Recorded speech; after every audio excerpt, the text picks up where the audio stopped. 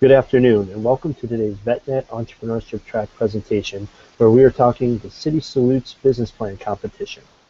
Today's office hours is session 6, where we will be talking about how to write up and design an operations plan, production and service, delivery and logistics, what to cover on technology and information systems, what is an overall schedule, master timetable, schedule formats, sequencing and concurrent events, and what is important about critical risks, problems, and assumptions. I'll turn things over to Mirza and ask him to briefly go through a summary of this, and then we'll take any of your questions that are out there. All right, thanks, Mike, and thanks everybody for tuning in. Let me first start give you a quick overview about the design and development plan or section. This is a very important section for these businesses or individuals, entrepreneurs that are developing a non-existent product. So doing research and development, having technical obstacles to overcome, or seeking patent or copyright protections. However, if you are a business where research and development is not a major issue, such as retailing or consumer product services, then you can leave the section out and just address any technologies that you plan to employ in your operations sections that we'll quickly cover off after this. The nature and extent of any design and development work and the time and money required before the product or service is marketable need to be considered and explained in as much detail as you can here.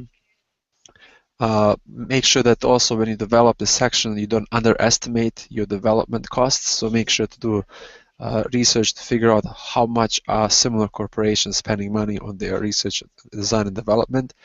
The design and development might be the engineering work necessary to convert a laboratory prototype to a finished product, the design of a special tooling, the work of an industrial designer to make a product more attractive and sellable, of course, because a lot of times when you develop a product that you do in your garage, it has its great function, has great benefits, but then the features you want to adjust them, and that's something you want to find out also in your market research to make sure, okay, my clients love A, B, C, D features, and I have to make sure that I get a professional designer to do it. Also can be identification and organization of employees, equipment, and special techniques such as equipment, new computer, software, and skills required for computerized credit checking to implement a service in your business. So the design and development section has about 6 components. Right, first one is you want to talk about development status and the tasks. You want to really define what is the status of the development and what are some tasks that have been accomplished and what you have to do. Just quickly summarize also the competencies or expertise that your company has or will require to complete this part of development. List any customers if you have been using that, any feedback, and also how do you intend to ramp up your business. In this section you want to kind of give a roadmap of how you're going to get from where you are now where you want to be in the future. Then another section within here, you want to talk about difficulties and risks. You want to identify major problems that you anticipate with design and development, any challenges, and what is your approach to the solution, right? This is not really talking negatively about your business, it's more letting yourself know, look at what are some challenges I will face, and be realistic. I always say have a realistic plan. And if you're realistic and you identify those challenges, then you can also identify the solutions to that, right? Makes sense. And also discuss the possible effect on the cost of the design and development, on the time to market introductions, and so forth. Any kind of that problem. So what do you think, how long is it going to take you to put the product to the market, especially if you're looking to do patents and all that stuff, so have a realistic timeline. Then you want to talk about product improvement and new products. So in addition to that initial product, you want to also elaborate a little bit on, do you have new products in the works, and when you plan to introduce those. Then talk about costs, discuss the design and development budget, including cost of the labor, materials, consulting fees, and so on. And also discuss the impact of cash flow projections if you underestimate your budget, which will include the impact of, will it impact 15 or 30% contingency? So what is the impact of that? And then finally, you want to, especially if you're looking for patent or anything of that nature in terms of intellectual properties, describe any patent, trademark, copyright, intellectual property, trade secret rights you own or that you are seeking, Do you have any secrets, trade secrets? Identify those. Describe any contractual agreements if you already started licensing it. All the stuff you want to identify here, and also discuss any unresolved issues that exist or possible actions pending, such as dispute rights of ownership, any regulatory property issues, and anything that you can think of.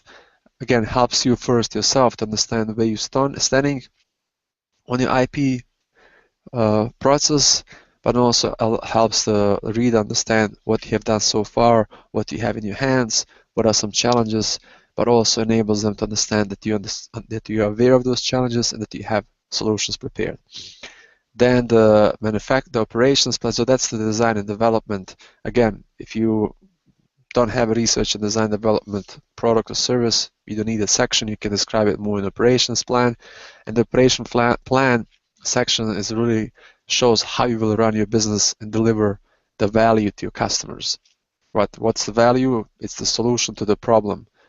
What is the solution? It's either your product or your service. So operations is defined as the process that delivers your products or services to a customer or end user, and it can include a production process for delivering your service to a given customer, your manufacturing process if you're a manufacturer.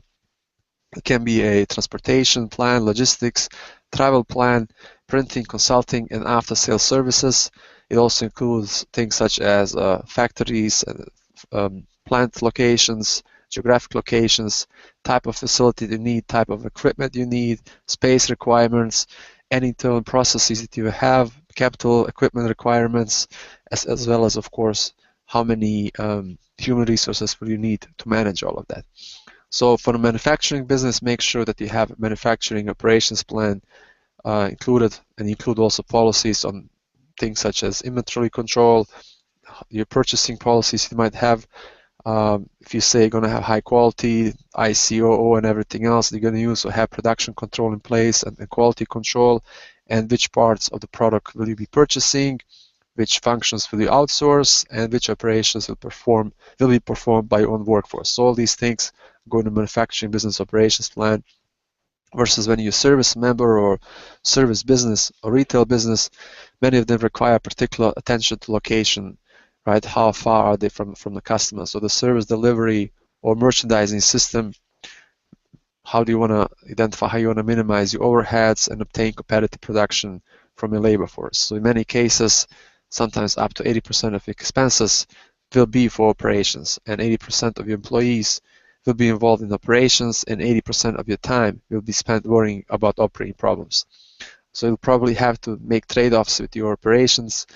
It is impossible to have the lowest cost, high quality, best on time delivery, and most flexible in the industry all at the same time. So this is where you have to make trade-off decisions that fit your other plans. So in the operating plan, there's several sections. The first section is really operating model in the cycle. This is where you identify what happens in the daily operations in your business, and you show the front stage versus backstage. What is the things that the customers will see? What is the things that the customers won't see? Then operating strategy, really what is your overall strategy for achieving those operations?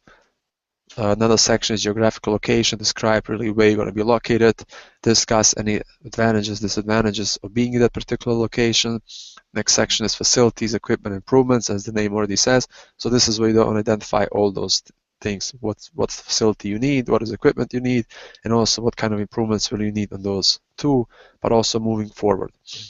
Then another section is capacity levels and inventory management. A lot of times when you do market research, you see, there's a lot of potential customers, people want to buy your products and services, but then when you identify in your facility and your equipment and your human resources how much you're going to have, a lot of times we forget to think about the capacity, how much can I really produce with what I have. So, and then as we move forward, you focus more on how many customers there are versus really how much can I produce and how much realistically can I sell based on my production. So that's what you want to discuss about your capacities and explain your approach, how you're going to manage inventory. And then finally, you want to also talk about legal issues that can affect your operations, such as examples, if you have a food service operation, there are some certain permits and venting requirements that are required. So if you need if you want to open a restaurant, I know in Syracuse, the city of Syracuse, you have to go to the Department of Health. You have to make sure to have the permits. You have to have a 3-bay sink. You have to have a grease trap, all those things. So that's also part of your operating plan. And this is not something you cover in your design and development section, because there you really talk about intellectual property. Here you talk about things such as Department of Health permits. If you have a certain distribution agreement, you want to talk about those agreements, legal issues. If you have a franchise, if you're buying a franchise, this is also where you put that contract or be part of that operations. So that's quickly in a nutshell what the design and development and operations plan section of the business plan should contain. With that said, I'll open up for any questions, comments, concerns. Thanks, Mirza. So I know we have a couple of viewers out on YouTube. For those of you watching on YouTube, please feel free to type your questions in the comment box. We'll make sure that they're relayed to Mirza. For those of you who do own the Nuts and Bolts of Great Business Plans books, so those Boots to Business 8-week graduates who have gone through, you should have received a copy of it. For VWise, Mirza, do you know for VWise, do they receive Nuts and Bolts as well? Yes. Okay, so for those of you who have the book, this is going to be section 6 on page 22 and 23, design and development plan, and then your operations plan is section 7, which is on page 24 and 25. So I highly recommend that you go out if you have not yet referred to that.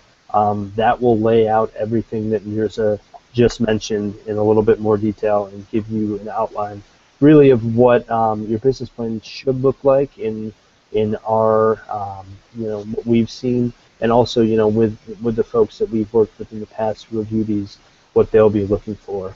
While we're waiting for a few questions to come in, what I'll do is I'll talk about what the schedule for next week looks like. So next week is session 7, which is on Monday, February 2nd. So that's going to be this is a very important part of your business plan. So this is going to be where we start looking at your pro forma financial statements, cash flow, income statement, and balance sheet. So this is one of the ones where we can talk about general concepts, but if you have specific questions, please feel free to bring them. We may not be able to fully answer them without having all of your financials in front of us, but we'll do our best.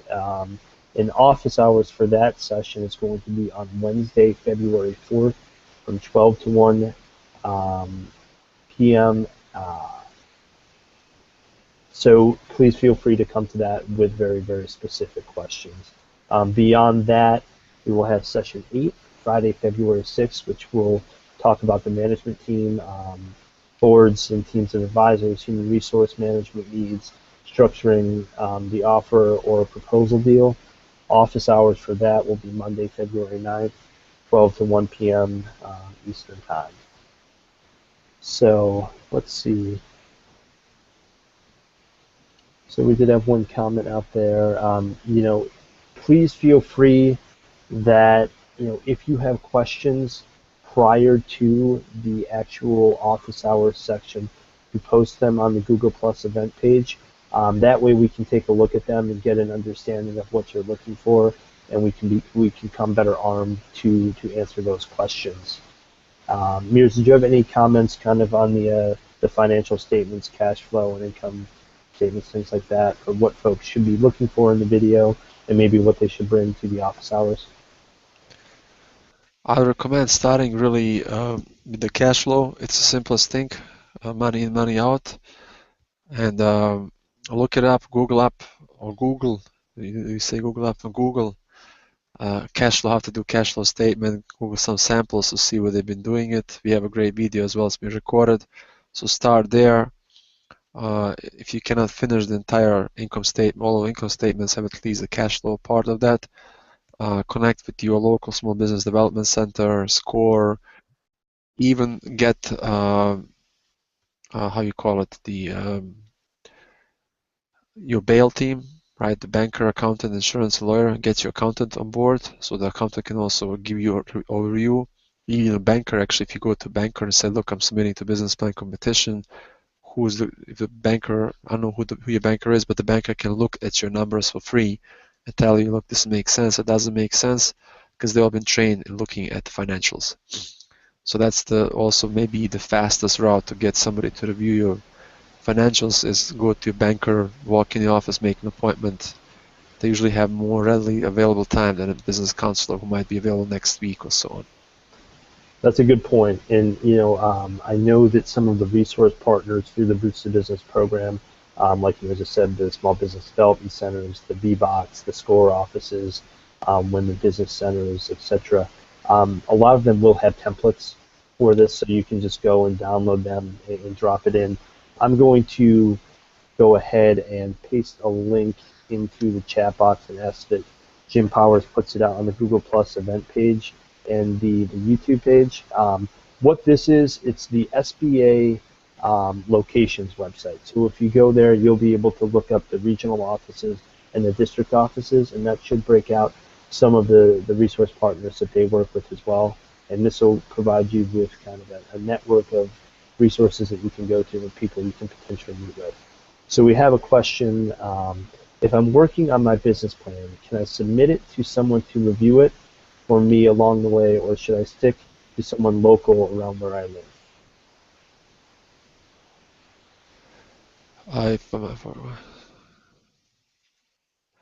So I know, for example, SCORE provides online and long-term, long-distance mentoring, so you can do it there. But it's good to get to somebody locally. Maybe sit down when the person can go with you step by step and give you the versus I can review it. For example, I could review it and give you feedback in a Word document and send it back to you, and that's it. You get my feedback, and then you have to kind of decode what I'm trying to tell you. Versus if you sit down with somebody else, that person can give you examples, can walk you through it, you can have a discussion, and actually identify maybe potential resources that can help you further fine-tune your business.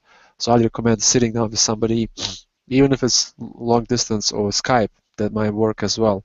But I think that direct feedback, verbal feedback in addition to notes, it's more impactful for you because it enables you to understand what the person was trying to tell you and explain why they think you should change that or improve it. And again, as I said, identify a resource that might help you further change and improve that. I agree with Mirza on that because, as we may be able to provide one-time feedback, fostering that relationship with a mentor, they can really work with you throughout the whole process, and you can start to make that relationship. And you usually can find a mentor who's been involved somewhat in your area of business, unless it's a completely proprietary, unknown new product. But usually you can have someone who knows a good deal about the ins and outs of the industry that you're going into, and they can save you some time and hopefully some money. Thank you for the question. We'll give it a few more minutes to see if there are any additional questions. Jacinta, I may be pronouncing that incorrectly. If you have any additional questions, please feel free to let us know. I also will take this time for a reminder, please review all of the submission details for the business plan. Again, it's March 6th, 11:59 p.m. Eastern is the submission deadline. We do request that all of that is submitted to us in a PDF format. Also make sure that your intent to compete and any other forms that we require are filled out prior to that. So I don't see any other questions out there now. What I would say is if you're watching this out on YouTube after the fact and we did cover anything that you were looking for us to, please again throw that in the comment box on the Google Plus page. What we can do is we'll review just the comments prior to the next office hours. And if there are any that were hanging out there, we can take a few quick minutes and hit those questions. So with that being said, Mirza, I think we can probably close out. I appreciate the question. I appreciate the viewership and the feedback. Keep in mind that these office hours are a resource for you. If we only have 1 or 2 viewers, you can use the whole time to yourself. We're happy to do that. So with that being said, Again, please review the pro forma financial statements, cash flow, income statement, and balance sheet video that we have out there on the Business Plan Laboratory. And we will see you next Wednesday, February 4th, from 12 to 1 p.m. Eastern Time, where we will go through that. So thanks, Mirza and Jim, and see you next week. All right.